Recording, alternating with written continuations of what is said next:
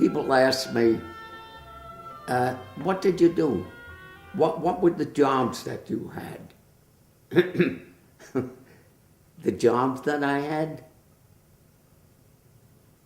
I remember one particular job that I got. Not got, but given to me. One of the paisani, or friends of my father, owned the Diamond Candle Company on Metropolitan Avenue. And my father said, can you use my son? Can he come down? I must have just been graduated. Maybe I was 15 years old. He said, here's the address, 105 Metropolitan Avenue. And I knew it, probably 3 miles from Lawton Street. He said, have him get there at 8 o'clock in the morning and tell him to speak to the foreman and it'll put him to work. This is the candle factory. They make these votive candles for churches. We were up late and had a good time. About 8 o'clock in the morning, my mother's shaking me. Silvio, weren't you supposed to go get the job this morning? Oh man, like a fireman, I threw on my pants and shirt and I ran the 3 or 4 miles where this candle factory is. So I go into the candle factory and I asked for the foreman. And he comes over, he said, yeah, I've been waiting for you, but where the hell were you? He said, you were supposed to be here at 8 o'clock. That was my first castigate. The process was that these little votive candles like this had been formed, were now cold and solid, and you had a tray of wicks. You would put the wick and bend it over, and they had like the egg crate where you would put them in, and you got something like 50 cents a gross. It was a flat table, tray of candles, and a tray of wicks. There were maybe 6 tables ahead of it, and here we are all putting these candles in. That was my first job. My second job was, what a disaster. What a disaster, and it proved out what I had missed in school, if I was a little more attentive. Howard Mallory, my friend, who I played hooky with up at Highland Park and run around the reservoir and all that, and shooting. I don't know how he did it, but he had a job with the Sun newspaper. The offices of the Sun newspaper were on Chambers Street and Broadway. Howard worked there maybe a year or so, and I was so amazed. He's working for a newspaper. And I'd say, Howard, can you get me a job? Can you get me a job there? What do you do? He said, well, I started as a runner. He said, now I do other work for the editors. So I said, look, please, if you get me a job, he had explained what the runner was. What was the job of a runner? The job of a runner was you sat in an office, just sat there and waiting until what they called the mat. The mat was the front page.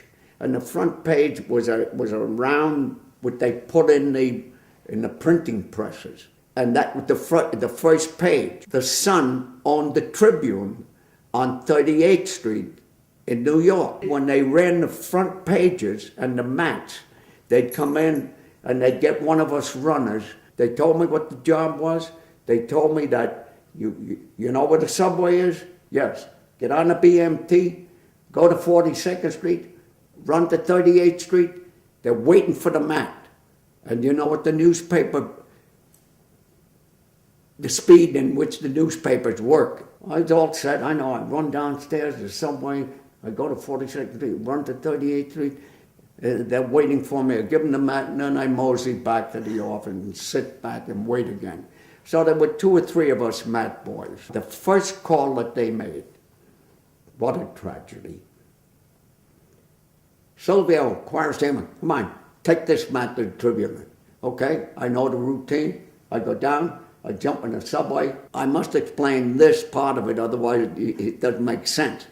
Coming from Lawton Street on the Kosciuszko station, the BMT is an elevated train. When it gets to Marcy Avenue and goes across the Williamsburg Bridge, at Chambers Street, that's the first subway stop. And that's where the Sun is.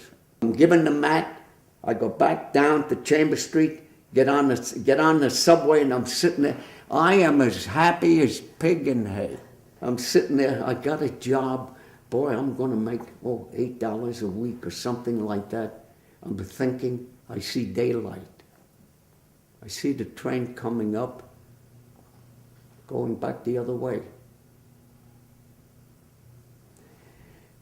Going back the other way, the train is an express from Essex Street to Myrtle Avenue, where there's the double platform, where there were 3 stations that the slow train stops at. But I was on the express train, going the other way, couldn't get off, see these 3 stops passing me, and I'm saying, gosh, if they had stopped at the first one, I'd go underneath and go back. All this time was lost getting to Myrtle Avenue, where the platform was. I got on the train, on the other side of the platform, started back to 42nd Street. When I got to the Tribune, there's about 3 people standing out front there. And they see me running, and I needn't tell you what they called me or wondering where the hell I was. Where the hell are you? Look, when you get back, go to the cashier and get your money. I went back. I don't know what they gave me. I was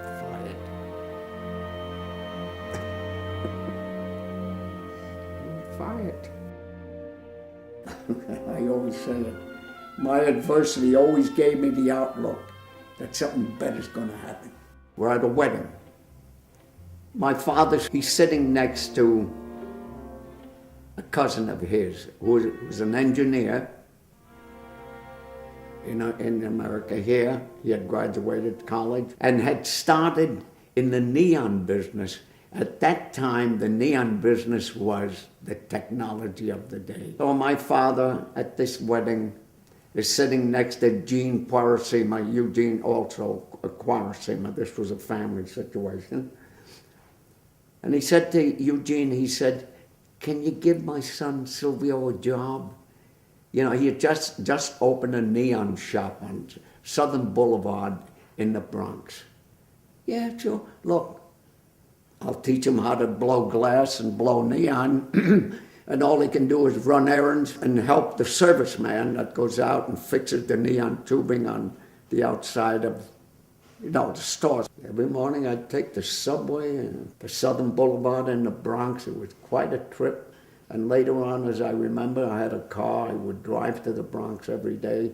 And I started with helping the serviceman do the outside repairs on ladders and storefronts. When I wasn't with the serviceman, I was learning how to bend glass, and they would give me the acetylene torch and so forth, and I'd learn how to heat the glass and bend it on the ribbon burners and all. Little by little, I was a glass blower. I blew and bent more Budweiser signs and Schaefer signs and drugstore signs and you name them, neon. This one day, Barney Reynolds, God bless him, an Irishman.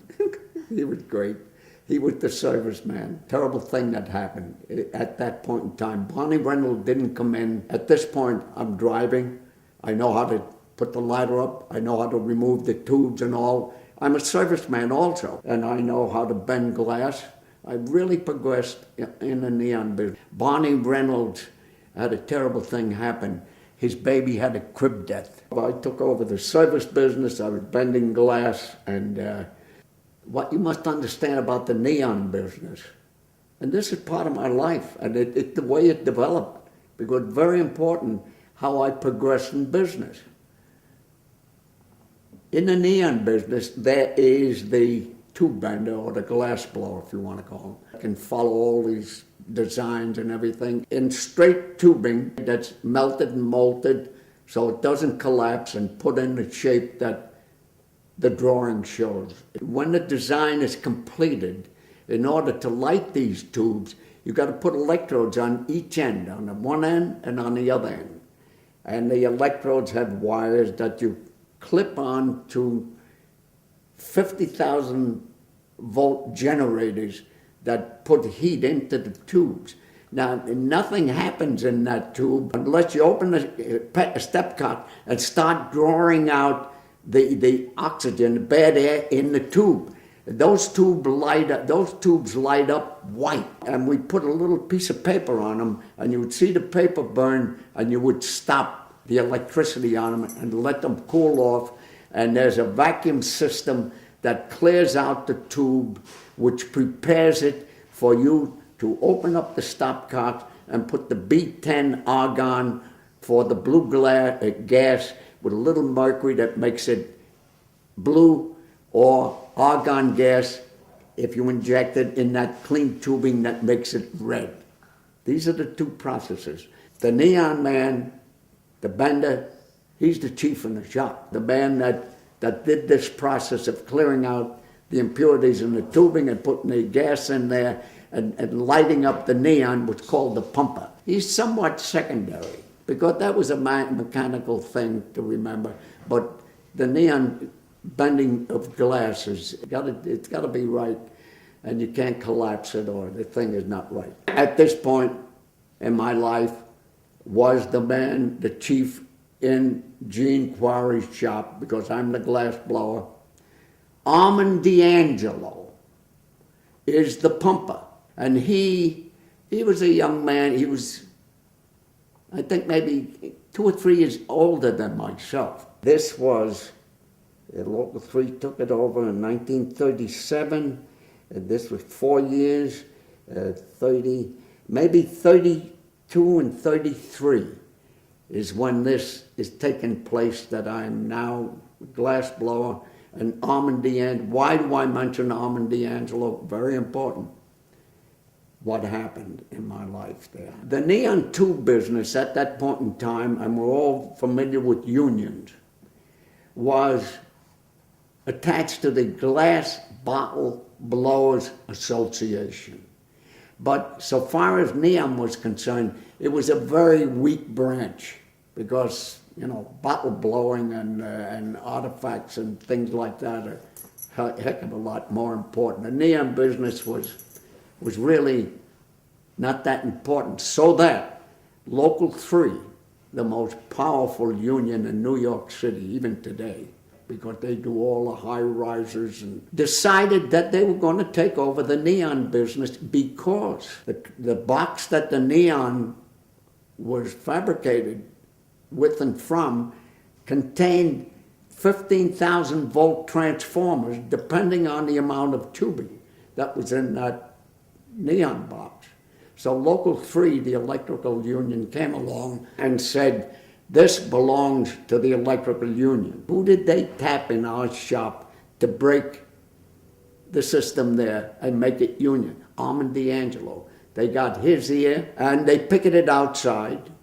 Armand walked out with them, and Gene Quarry joined. He took the name Quarry from Quarrysima, Eugene Quarry. Local 3 came in. We were now a union shop, and they gave me a card. That is the top journeyman electrician in Local 3. This was the deal that they made. If you become union, we take your glass blowers, we give them A cards. The A division is the top division. It's the division that send the electrician up to the high rises in New York City. And it was a great thing, really, for me. My card number in Local 3 was 915595. Never forget it.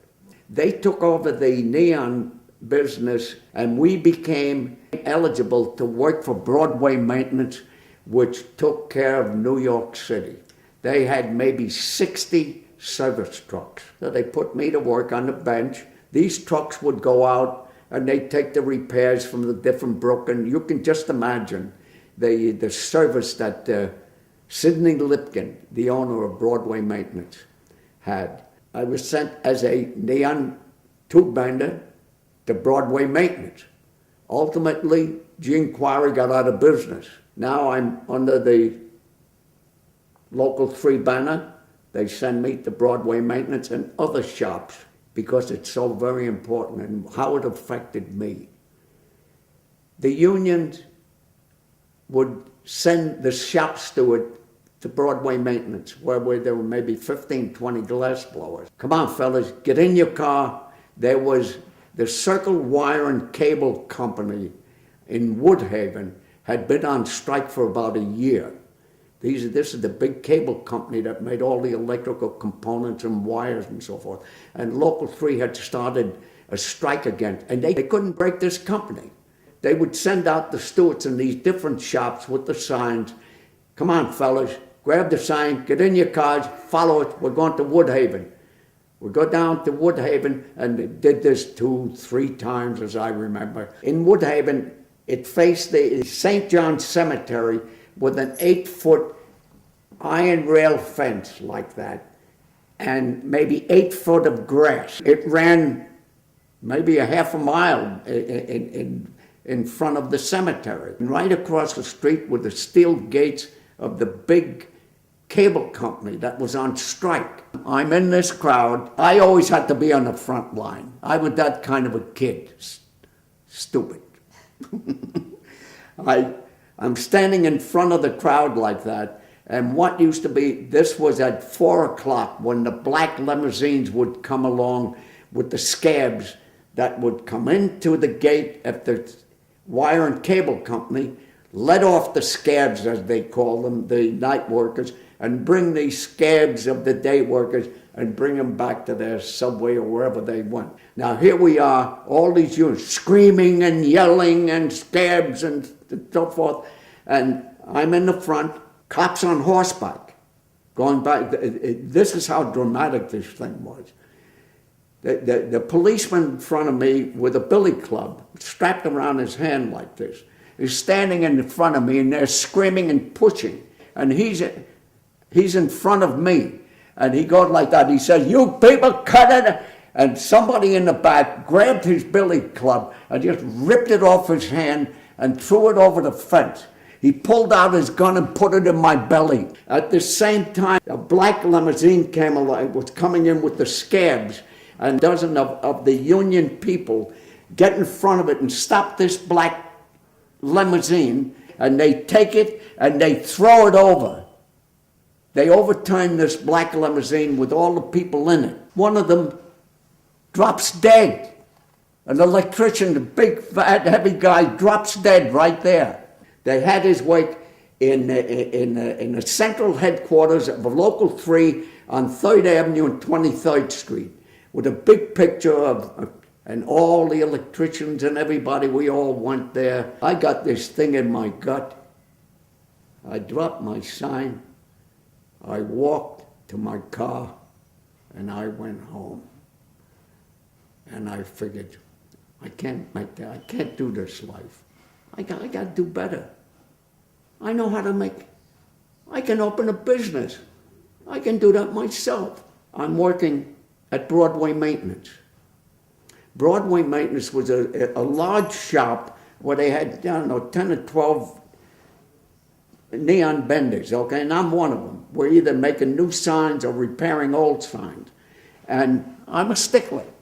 I like a clean atmosphere. Do you know what, in a neon tube shop, what you got? You're cutting glass, chips of glass all over the place. 4 o'clock comes along, you go home.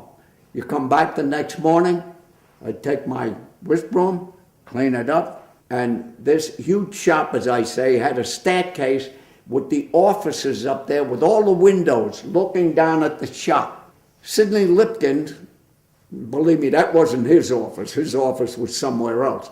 But he's looking down, and he sees this little tube bender cleaning his place every month. You know, he fired me. He told the steward, he said, "Get rid of him. He's here to bend glass, not to clean the shop up." The news got to the union, and this is the way the unions work. They went to Sidney Lipkin. They said, "Oh yeah, give the kid back his job." They gave me back my job. Remember Armand D'Angelo? He had gotten in with Chadwick, Van Arsdale the father, Van Arsdale Sr., the president of the union, and Sullivan. These were all officials. Armand D'Angelo was an understudy of theirs. That's how this guy really grew. And when years and years later, when they built Bayberry out on Long Island, right at the Peconic there, Armand D'Angelo was the godfather. That's how he grew. Or what I'm leaving out here now is that when the war had ended, you know, the street lights in New York were controlled under the war policies. Broadway Maintenance and Wellsback, two companies, fought and changed the contracts every year with the 5 boroughs of New York City to maintain the street lighting